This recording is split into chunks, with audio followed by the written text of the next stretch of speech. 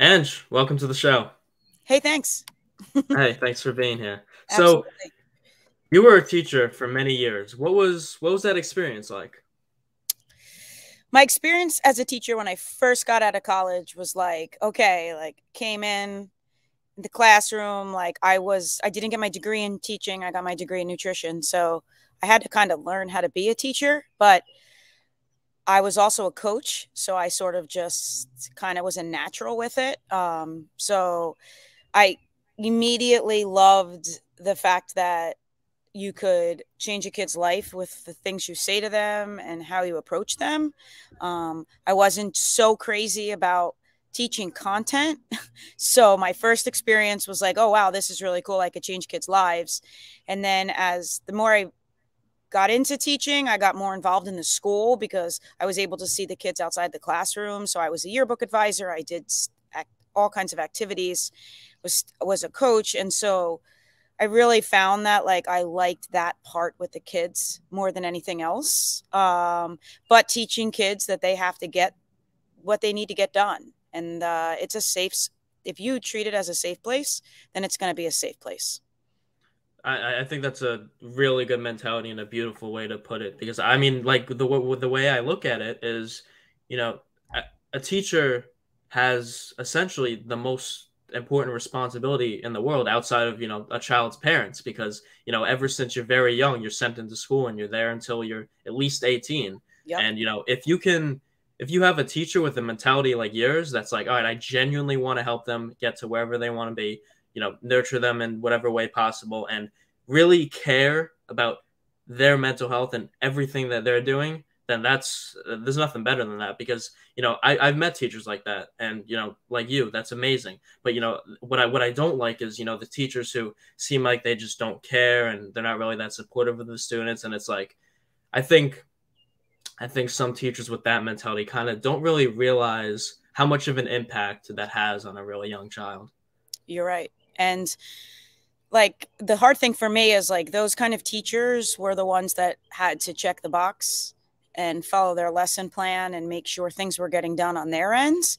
And for me, I that wasn't who I was. Like you have to me, a kid, because I was this kind of kid, I had to be in the right headspace to go and to be the best I could be. So that's why mental health was so important to me from the very beginning. Like my first job is to make sure the kid is ready to learn. My first job is to make sure the kid, my second job is to make sure they believe in themselves. And then to me, the third job is okay, here's the content. Because what life skill you're teaching them is let's get ready for it, and now you attack what you need to attack when you're in the right headspace.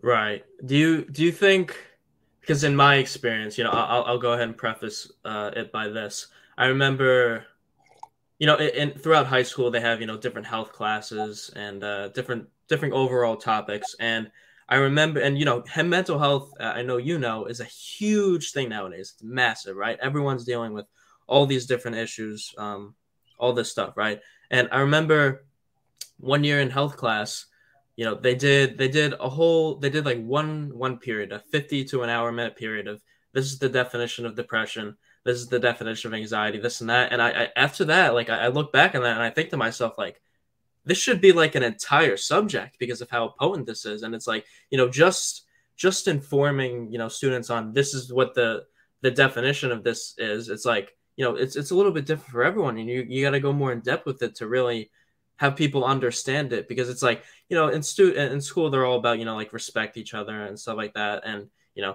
really help each other out. But it's like, there, from what I seen, where they taught it, where I went to school, is they weren't really showing you any ways of like, all right, this is how you can talk to somebody who might you think might be dealing with this, or someone close to you, what you can do. And I understand the system is, it's run by the government, especially public schools at least. Mm-hmm. And and they incorporate the uh, tell the guidance counselor if you think someone was like this, or reach out to a support number. And I hear where they're coming from, but I know when I went through depression, if I was in school and somebody knew I was going for it, and they went to the guidance counselor, and then I got called down to talk about that, that would not be okay with me.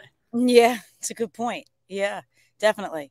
I definitely think like the whole topic needs to be cross curricular, like in every subject, in everything. Like you should be coming up with like ways to, because mental health isn't just the depression and the anxiety and all of that. Like mental health is like this state of like where you're at, right? So like it should be addressed with little things, and then it should be addressed on how to deal with it. Like if there is conflict within a classroom between two students, like it's the teacher's job to talk about like, now what is that going to do to a kid and how they're acting. So there is every opportunity in the world when you're a teacher to address mental health.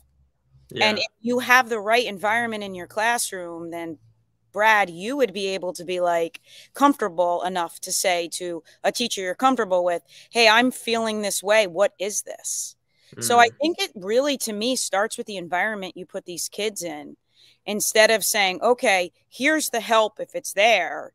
And that's where I think is the disconnect. There has to be follow through. It has to be proactive, not reactive. It has to come from everybody in the educational system, in my opinion.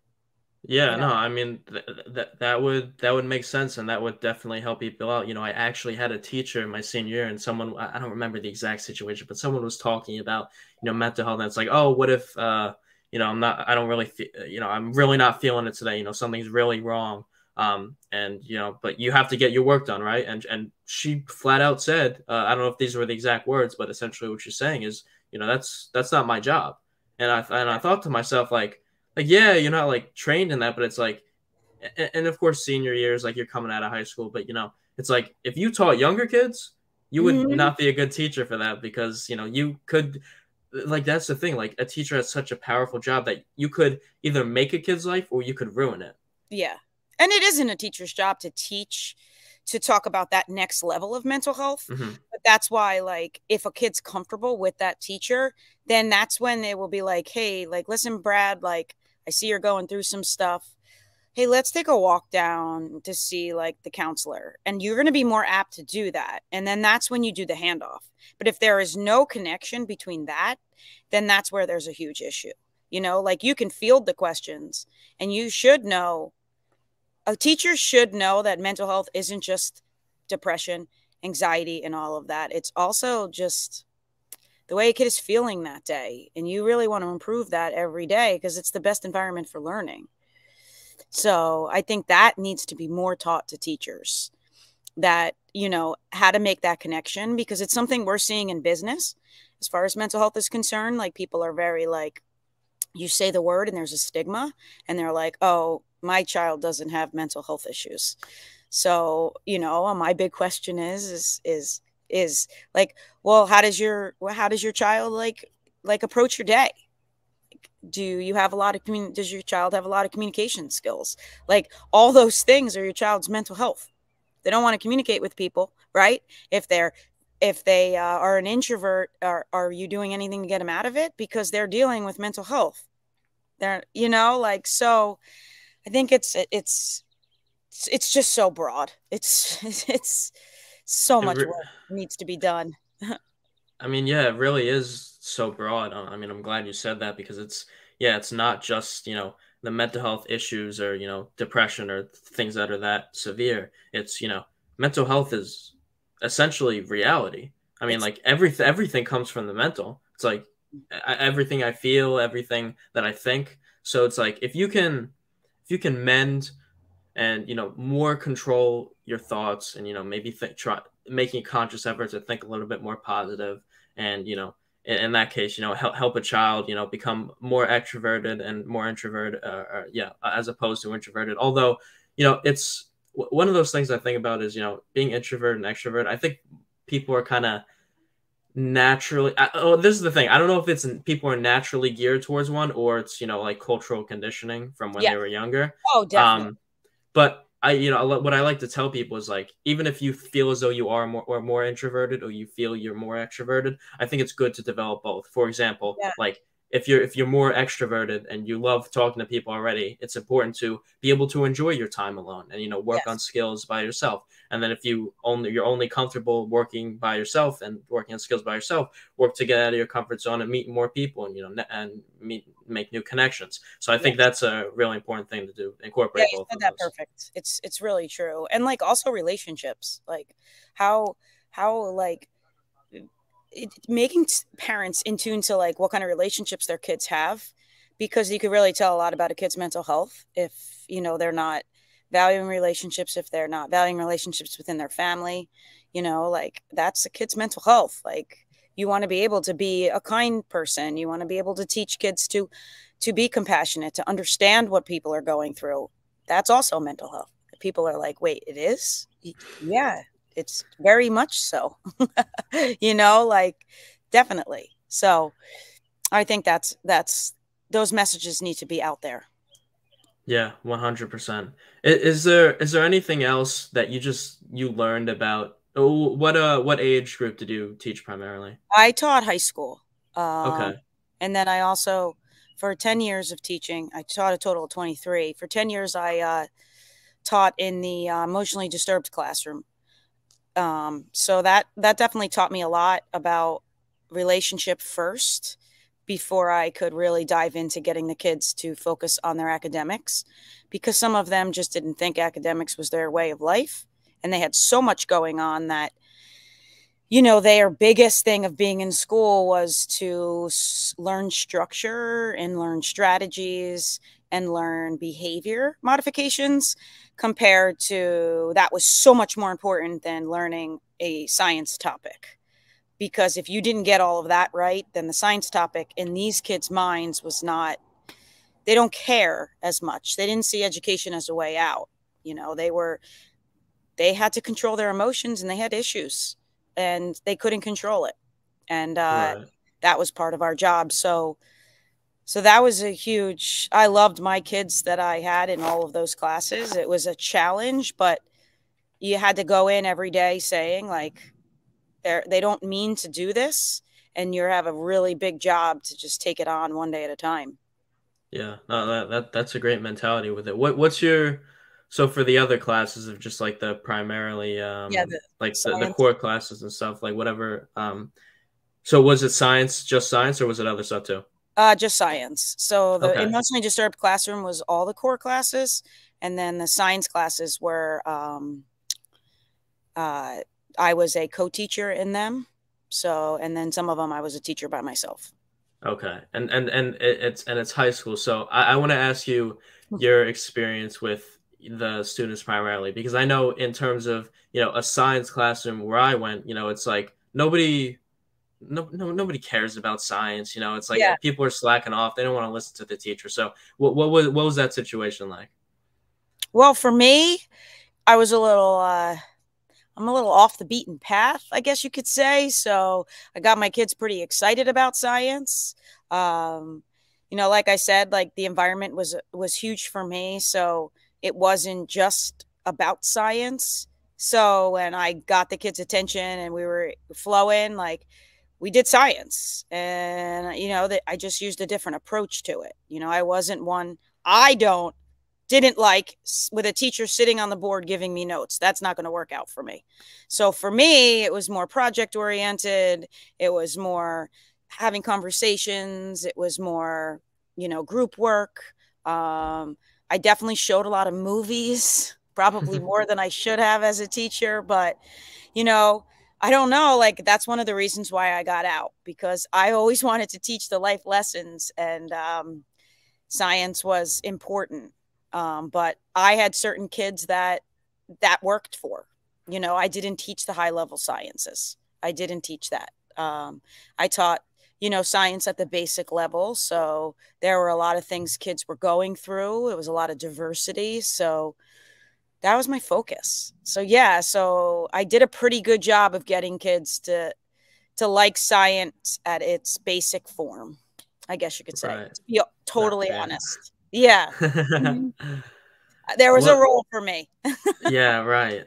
It's was it So was science or is science like something when you were teaching it, like you were genuinely passionate about it? Because I know, for example, there's a lot of teachers out there who, like, for example, they're teaching like I've seen teachers who teach a certain math and they're very energetic, they love doing it, and then you have those teachers who you obviously tell they don't care about what they're doing and they're just doing it to do it. No, I was not passionate about science. I was passionate about kids. I was passionate about life. So that's what it was about. And what I was also passionate about was teaching them why it's important to get done and the respect that you have, right? So it's like, I'm your teacher. I told you to do X, Y, and Z. Do X, Y, and Z, because in your life, you're going to have to take instructions from people at a job. So for me, that's what I focused on. I focused on that. And then when it came to science, I applied it to life the best I could, which you can with science, right? So that was one thing I was really good at, is taking a science topic and applying it to life in their lives, like something that they understand. And then just like, it was a constant motivation thing. It was constantly teaching, like almost like coaching. They're like, okay, Coach D, they used to call me. It's, we're your science class. I'm like, no, this is a drill. I need this done in 10 minutes. Let's practice it. And they would be like, okay. So I was a little different. Mm-hmm. I think that's good though, because Yeah. it's like that's a lot more engaging than the mundane. Yeah. I This think so. is what this is the science topic we're learning today. Because I've had so many of those teachers where they have the monotone voice and everyone's Yeah. just sitting there and you're just what is happening right now? So boring. I actually, one of the hardest things with me trying to become a motivational speaker, and one of the hardest things for me in a classroom when I was getting observed by somebody important, was that if there was silence, I was like, why is everybody so quiet? Like, this is supposed to be like interactive. And I just wasn't one of those people like that could. And then, like you said, we talked about introverts, right? So I had huge success with kids that were shy. Like, it was a goal of mine to pair them up with kids that weren't as shy. It was a goal of mine to connect with them on some level. And those are the things I was focused on. And I taught with some pretty awesome teachers who were super passionate about their subject matter. And I let the balance of me with them was really great. No, that's incredible, because it's like I haven't had that many in-depth conversations with teachers, but it's like it seems as though the way you brought about everything and did your job was, I mean, you couldn't really have done it much better. Yeah. Mm-hmm. Mm-hmm. You're right. Do you think there's that? But I got to the point where all I wanted to do was that. So that's Right. why I left. And that wasn't good, especially after COVID. The kids, it was a little hard to connect with the kids. And my head wasn't in it as much because of my mental health. So it was time for me to step aside and just want to do that full time and take care of myself. Mhm. Was what was the shifting point? Was it difficult to be able to step away from it? Not at all. The shifting point was 2021, January. I lost my grandparents. They died a week apart. They raised me. I went through a really hard time personally with my family. Just to be honest, my grandparents passed the night of their wake. My father overdosed. I watched my husband bring him back to life. A week later, my sister admitted to a pill addiction, and then she got pregnant, and I was going to have a nephew, and I wanted to leave a legacy for him. And being confined to a classroom and following these rules of society wasn't for me anymore, because the mission was so much bigger because of the legacy my grandparents left for me. And then I was going to leave it for my nephew. And then I was going to always be there for my family without having to worry about going to school every day. So it was just a shift. And it was like, you know what? Like, I'm not happy. I can do this in the outside world. Money is money. And I hate to be corny, but I went all in and started an inspirational, brand that can change lives. So that's kind of like exactly what happened, how I made the shift. What was there a time, before all those events happened where you were just teaching, you're like, yeah, I don't know if I want to do this anymore. Yeah, it was probably about COVID gave me a taste of what it's like to not be in a school all day long. And once we got back from COVID, I was like, oh boy, no. Actually, the first thing that happened to me was I got a puppy. My girl Ace, she's 5 now. So I guess you could say it was 6 years ago. And I wanted to be with her every day. And she brought this happiness to me that was like, I really want to chase this. And what happened through the years for me was that the environment, I realized, is so important for your growth as a person. And the teaching environment amongst teachers, not even kids, was very negative. And I'm a very positive person. I've been through enough in my life that I want to look at people and be like, hey, listen, like, it's all about your mentality. And my husband was the superintendent of my school. So I wasn't really well liked. And I also didn't help that case because I also beat to my own drum. So I didn't really like rules. So my marriage was, we're great. We were best friends, but he was my boss and he sets the rules for people. And it was no offense to him, but I was just like, what do you mean I have to sign in every day? Yeah, you got to sign in, Ange. I'm like, oh. So there was like a balance of things. And then people bullied me because, and whatever I did, good.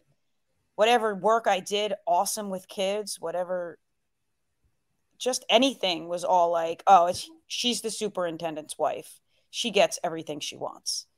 And I had to do a lot of work on myself to realize that I'm not just the superintendent's wife.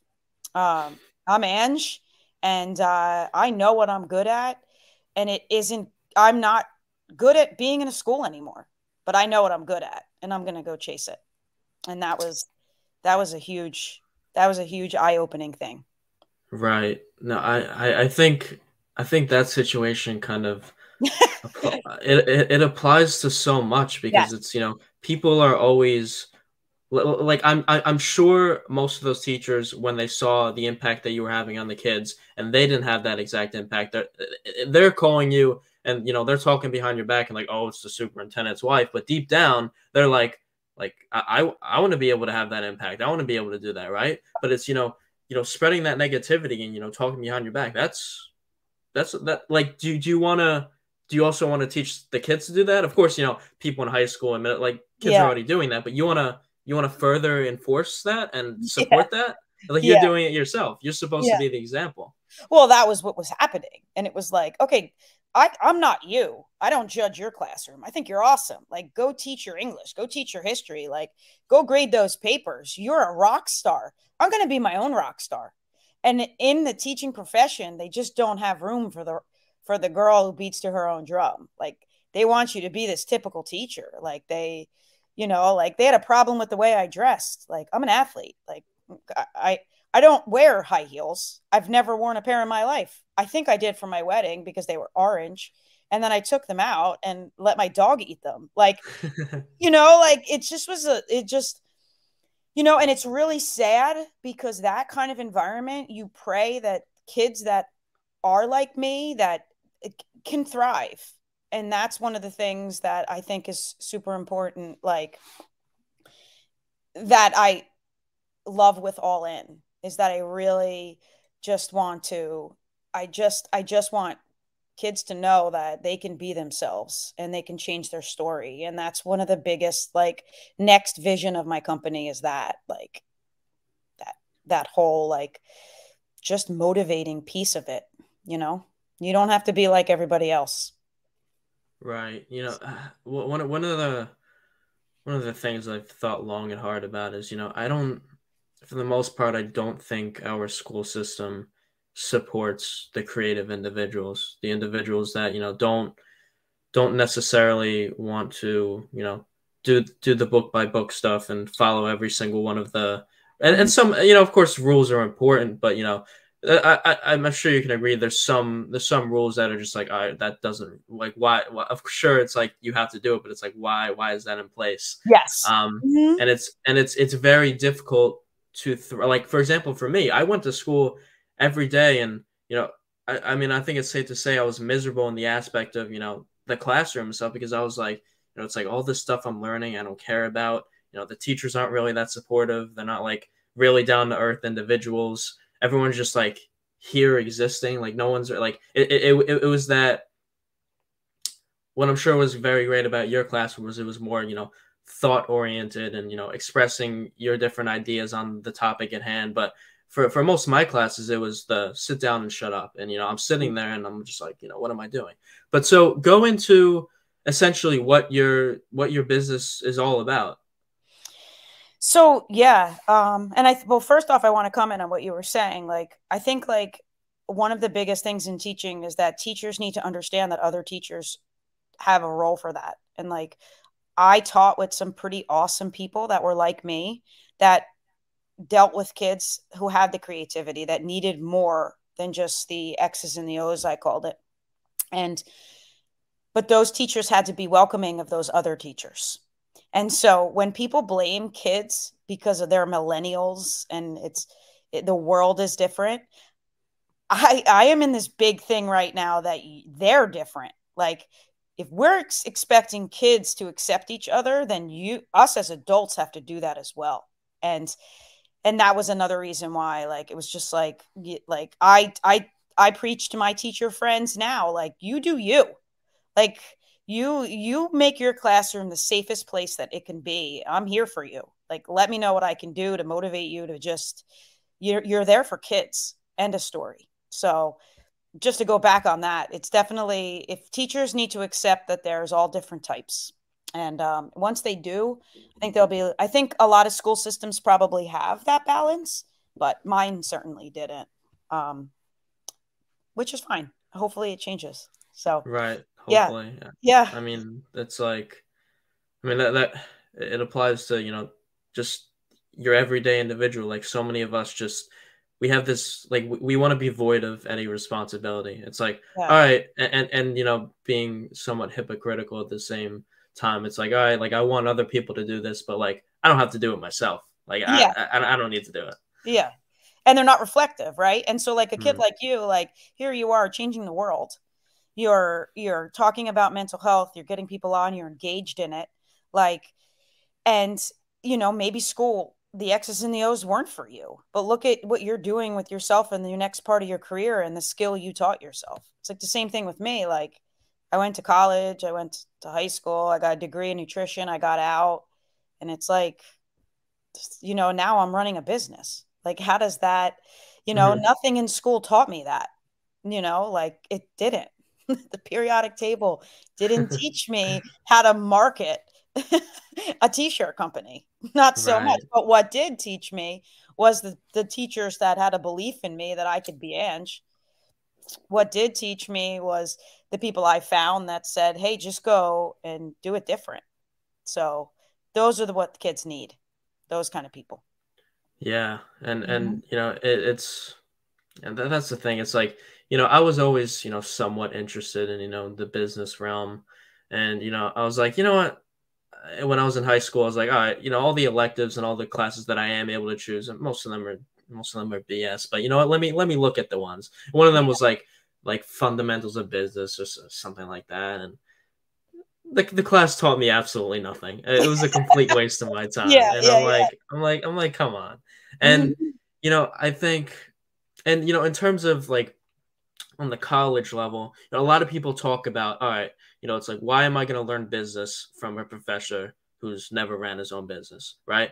And it's like, and so I did a podcast with his name's Joe, and he was talking about, he was sitting in his the class when he signed up for it was, how to run your own business essentially, right? But when he got in there, and he started listening to the professor. The professor's only talking about that you have to do this to get a raise, and this is how you please your boss. And he's sitting there, and he's like, what this is not what I signed up for. And Mm-hmm. another one of my friends, Christian, who I did another podcast with the other day, he was telling me about his professor he's ran a very, very, very successful company and sold it for a lot of money. And now he's a professor at college, sharing his knowledge and all that stuff. So what's your opinion on that type of stuff? I think that you need a little bit of both, right? So, like, you need those teachers that are just teaching you the basics of business. And then, in order to take it to the next level, you have a passion for it. If you have a true passion for business, then you need to follow in someone's footsteps that have totally done it, you know? I definitely believe in that. Like, if I could go back to college and take those business classes a little bit more seriously, I wish I did, because you can get a couple nuggets from it. But now I only want to be around people that have that have been Right. successful in business. Like, I'm not going to take a course online from some dude who's teaching a course. Yep, you know what I mean? Like, Right. it's just not going to happen. So I think there's because they're in it. Like, I want to know the person who's selling apparel. What was it like for you at month 4? And when you hear, for my own mental health, that at month 4 they weren't selling any t-shirts, I'm like, okay, I'm all right. I'm all right now. Like, I'm selling t-shirts, stop being so impatient. And I think that's one of those things where it like hits you like you need those people's experiences in business, and that's the value, right? But Yeah. you also need the nuggets. Mm-hmm. Right.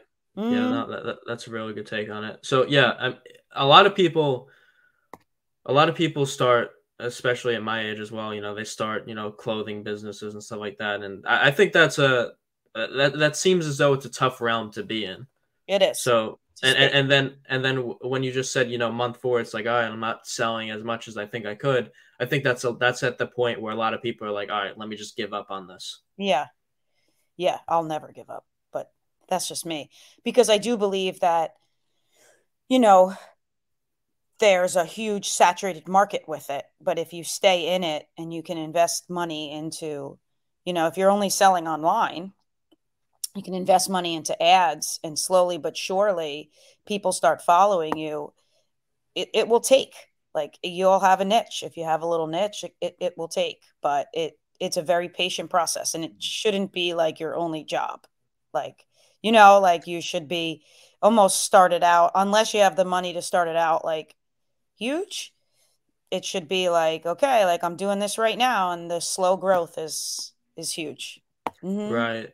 I mean, that's one of those things that's also, I think it's difficult for more people my age. Is we're in this time period where so many people are like, all right, I don't want to work jobs anymore, I don't want to do this. And one day, I hope to, maybe I could even do this full time, or it's something else, or something in the realm of mental health and stuff like that. But I acknowledge that right now it's like, all right, my podcast isn't super big, so I have to do something else to make some money as well. And so I'm working at a restaurant right now. Do I like working at a restaurant?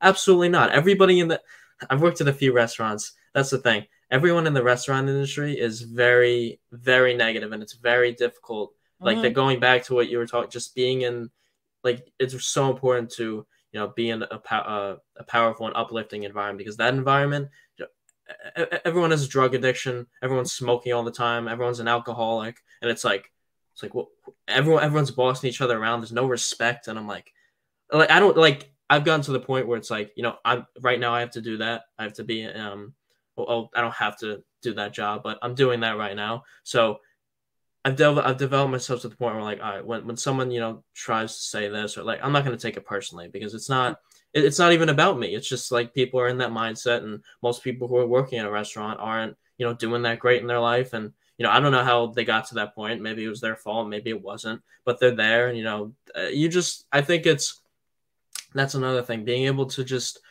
if you're in an environment at the time, and it's you like you're in it for now, and you're not just gonna take the first door out. It's like be able to not take things so personally, and not care so much about the negative comments that people are throwing towards you. Well, sure, you be in it because that's the mentality should be. I am in this because I am building my dream on the other side. So if you go in with the perspective of that, then like one of the perspectives I always go into things that I don't really want to do is like, how am I going to change somebody's life? And I'm one connection away from like making it, like, so for me, it's like when I left teaching, I got a job this winter at a gym. And it was like some days you think that I wanted to go from making three figures to making minimum wage. Not really. But I went in and I was like, who am I going to connect with today? And to be honest with you, those 5 months at the gym, I made connections that have propelled my business. And it's like, if you can go in and know that, like, okay, like I'm going to be the nicest I can to each individual customer, then the stuff will just repel off of you. The negativity just repels off of you. But if you don't go in with that mentality, then you're like a sitting duck, like, because it's strong, you know? It is. And you just have to, you have to work on it every single day. It is strategies to use every single day. And that's what people forget.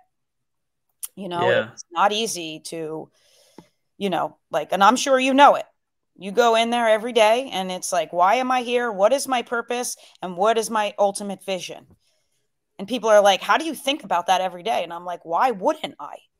Like, I don't know. That's just, to me, I'm living my life. Like, I'm getting the most out of my life. Like, I don't know. What is your Yeah. life? Like, yeah. So it's good advice, I guess. And I mean, that's the thing. Like, it's so much easier to just sit back and complain about your situation and stuff Oh, like that. yeah. I went on someone else's podcast the other day, and I don't remember the exact question he asked me, but I started talking about complaining, and I gave the example of like, all right, let's say my life completely sucks, right? It's so much easier for me to just be like, my life sucks. There's no hope for me. I can't do this. And then I said, all right, well, you don't even have to have the mindset. You don't even have to have that shift where it's like, all right, I'm just gonna wake up tomorrow and be positive, this and that, right? Because that's No, most likely not gonna happen. no, What you do positive need, is. Mm-hmm. what you do need is, if you can just incorporate that little mindset shift of there's a little bit of hope for me. Mm-hmm. And so then once you accept that there's a possibility to change, you can then be like, all right, well, I can research this different concept, and maybe I should change out this negative habit in my life and incorporate this into my life and think more consciously about this. And once you start with that little mindset shift, it can propel you into a very long growth of just going up. Yeah, you're right. And it's overwhelming. Like, I'm sure, like, if you go into work every day and you're like, okay, thinking about the big picture of when I'm going to be able to make the podcast be this, and when am I going to be able to, monetize things, and I'm here forever, and these people suck, and all those things, you're not in the right mindset, right? So if your mentality is a growth mentality, or an all-in mentality, as we call it, like, you're going in and it's all right, I'm all in for this job right now, because at the end of the day, this is where everything is going. And if you could do that one day at a time, it's so much bigger.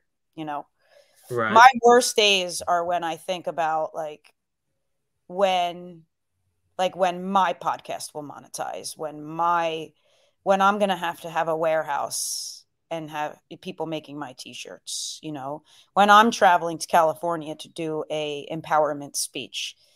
When I think about all those things, I'm like, whoa. Like, I got to stay every day. Mm-hmm. Right. So dive into that. Dive into the motivational speaking, the business in of Yeah. itself. Okay. So like I said, like, just wanted, what started out as like, I want to have an inspirational t-shirt company, came from my years as a coach. I guess also my years as a player and a kid. My apparel that I had on my body always represented something that was important to me. and sort of gave me this like safe place, I guess you could say. Like, I'm proudly wearing my rec soccer t-shirt. This is awesome. I'm a part of a team. So then as I got to high school, it was a big tradition on our hockey team to have like a quote on the back of your shirts. And I remember that being a strategy for me, that when I was feeling down in high school, I would put that quote on the back of my shirt and I was like, okay, like I'm part of this team and this is what we stand for. And then I went to college and I just represented Ball State field hockey with such a pride that I never really took off anything that was red, black, white, or gray. And so as I taught and coached, one of the big things for me with coaching was I started a tradition that every year the girls had a word of the year on their shirt, and that's what we stood for. And then the back of our shirt was like our Falcon Field hockey logo. And then I just really liked that. So then when I knew I wanted to be inspirational, I was like, this has been with me forever. This is being true to myself. Like, I want to help other people do that. Like, I want to help other people like feel empowered by their apparel. So this is where we're going to start.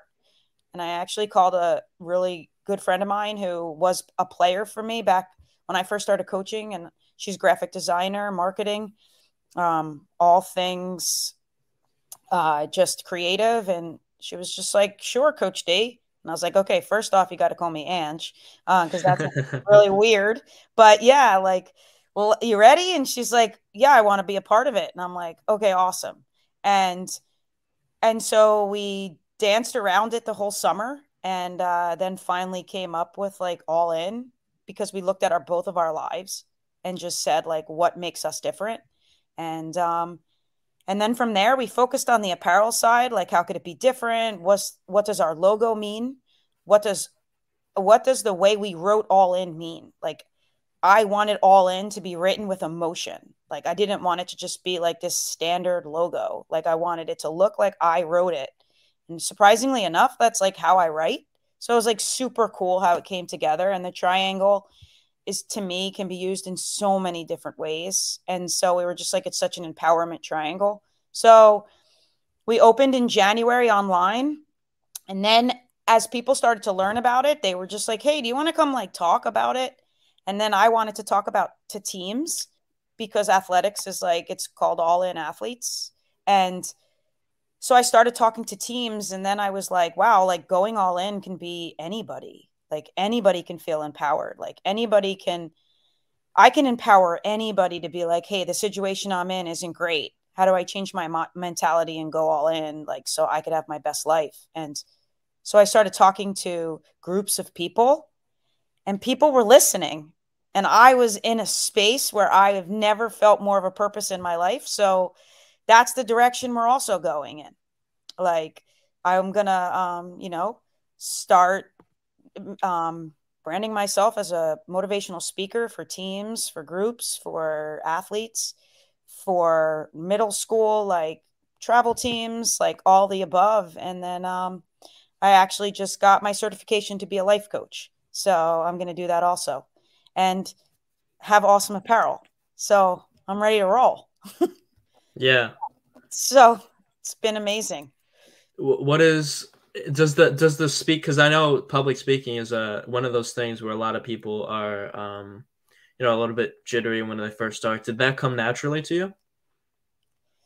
Well, as a coach, I guess you kind of like have to be pretty bold in speaking. And then it was a lot of fears that I wanted to capture. Like, why would anybody listen to me? Like, what's my story? Like, imposter syndrome was huge for me. And I'm a very, I guess you could say, goal-oriented person. And I was like, I'm going to attack this now. Like, people are going to want to listen to me. Like, everybody started somewhere. Like, these motivational speakers, like, why is their story any different from mine? Like, they're famous now because they've been doing it for 15 years. Like, here's my story. And I think it's all about, to me, like, I realize like it's all about how you change one person's life that's sitting in either a room of 20, a room of 100, or a room of 200. And if I could do that, then I'm fulfilling my purpose. So that's what I think about. Like, not everybody's going to like my cup of tea, but if they take one thing from it, you hope they do, Yeah, So, yeah. that's the exact mentality I go in with too. If like if 100 people see see this and it only helps one person, it's like that's enough because Yes. it's like, every single individual matters in that sense. Yes. And if you're doing and you love it, if you're doing what you love, then there is no doubt that it'll catch fire. Because if you're doing it for the right reasons, that's just energy. And energy where where energy goes, energy flows. So it's just going to be like that's my big thing. Like I love doing this, so I'm just going to do it. And it's going to catch fire and it's just going to happen. And it might not happen on my timeline. It's going to happen on when it's supposed to. So, Right. yeah. Yeah. I mean, that's like your story as a whole. It's like, I feel as though I'm going to use the example of like your situation of being a teacher, but this goes for, anyone in any job or any profession. It's like, doing something for so many years and getting to the point where you're like, all right, I'm actually going to, pursue this thing that I know I'm passionate about. Because I think a lot of people get to the point they might be 20 years into something and they have this passion, but they're like, all right, well, I'm 20 years in, it's safe. I know I have this money coming in, all this and that. And so it's like, all right, yeah, I'm passionate about like this other thing, but I'm not gonna sacrifice this for that. And it's a huge jump and a huge leap of faith that you made. Yes, it was. It's scary and it's scary every day, but fear drives me. Um, and I run an ice cream store, my family's business, Stralo's Lighthouse. So, I do. I'm also passionate about that. So money comes in, and I'm very fortunate. My husband's super supportive. So we don't live on the same amount of money we used to live, but surprisingly enough, when you're happy and you're doing what you love, you don't care. And so that's why it's nice to take it like one day at a time. But sometimes it's like, wow, like I could go back and sit in the classroom and make $100,000 a year. And that's easy. It's 7:30 to 3 every day. I know I'm getting a paycheck. Now, I'm hustling. And it's it's ups and downs. And it's learning business skills and it's learning life skills at a whole nother level. So If if you could give a piece of advice to the younger you, what would you tell her? to have left sooner because I have lives to change and I didn't think I was capable because I was just the superintendent's wife and the drug dealer's kid.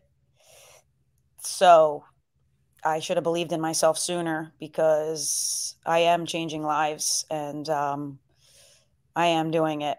So, like, that's my advice to my younger self. And I want to be that person that I needed when I was young for people all over the world. I want them to believe in themselves immediately and leave a situation that wasn't good and rewrite their story. Right. Like that's the amazing thing about it because it's like if you can take what you've been through and the years and the hardships of what you had to go through and talk to someone and have them avoid going through that for 5 years, maybe they only go through it for 6 months instead of 5 years. It's like that Yeah, is like there's nothing better in the world than that. nothing. There's absolutely nothing. Even a kid that thinks, hey, like that used to think like me, and they take a look at me and they're like, holy smokes, like she left her job. Like she's super energetic. She genuinely cares. Like I can do this. Like I definitely can do this. And so that's why I want to attack it at all ends. I want to be one on one. If somebody needs me one on one, I want to be in teams. If people need better team chemistry, I want to be in groups. It's endless. It's endless how far I want to take it to change lives or give people hope, I Right. guess you could say. Mm-hmm. Right. So what's the process like with the business, all that right now? So right now, I wanted to go a little slower. We were starting to speak a lot, and it catches fire pretty quick. But I wanted to get it right. I wanted to figure out what my messaging was for each group because, um, if I go in and talk to a group of athletes, that message is a little different than I'm going into like a school. And I really want to pinpoint what exactly I want them to take away from it. Um, as far as mental health is concerned, like my big focus is like your mentality. Like I'm really big on being proactive. So I want to speak on, changing your mentality, championing your mentality. Like, I want to speak on that instead of the focus being on like your mental health issues. Like, I don't feel like I'm not the expert in that. But what I would like to do is to empower you to have this mentality. And then if that helps your mental health, then I'm doing my job.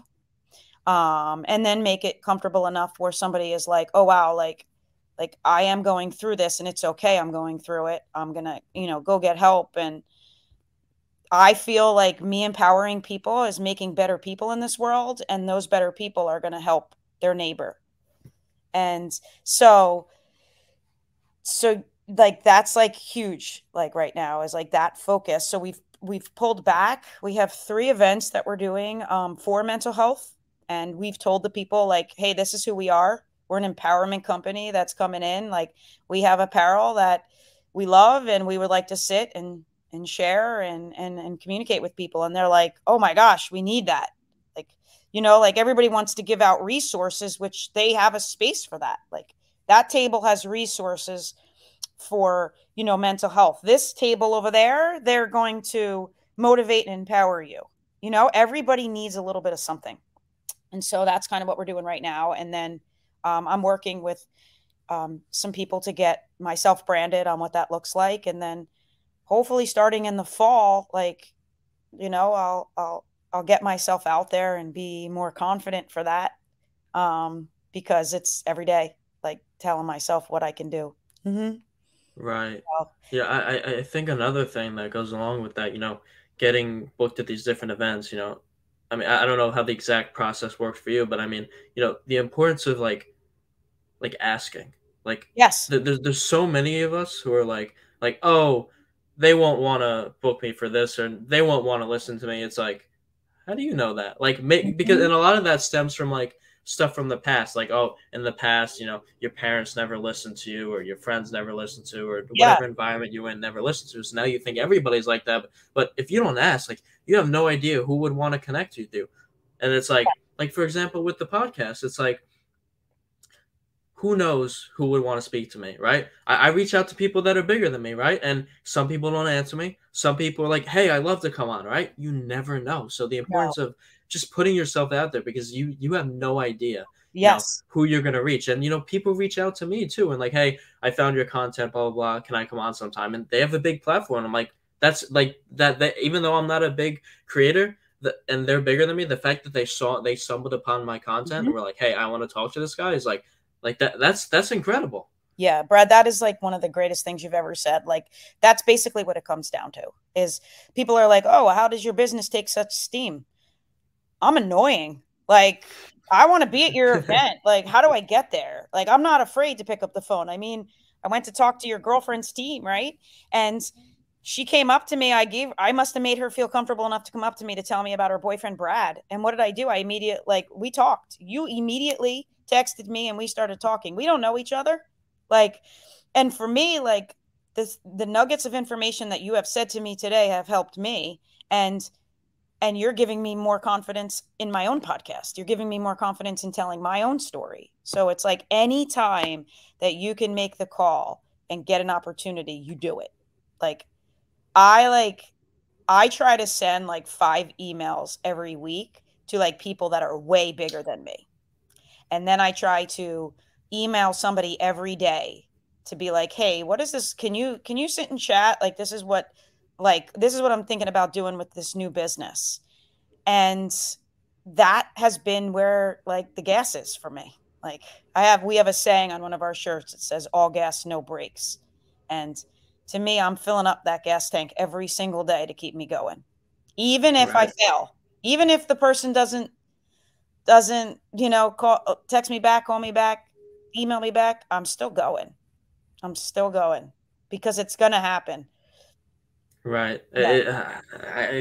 I really appreciate what you said, and Yeah. I mean, it's so important because like just reiterating what I said before. It's like you genuinely never know who is going to want to Yeah. listen to you, and it's and it opens up like so many doors for you. Like the amount of connections that I've been able to make, the amount of really cool people I've been able to talk with. It's like And if you asked me a year ago, like I wouldn't even think that I would have started a podcast or would be talking to these people. And it's like, I got off a podcast the other day and I was talking to someone, and then I looked at myself in the mirror and I was like I just talked to this person. Like I would have never imagined that I would be Yeah. having these conversations with these people. Yeah.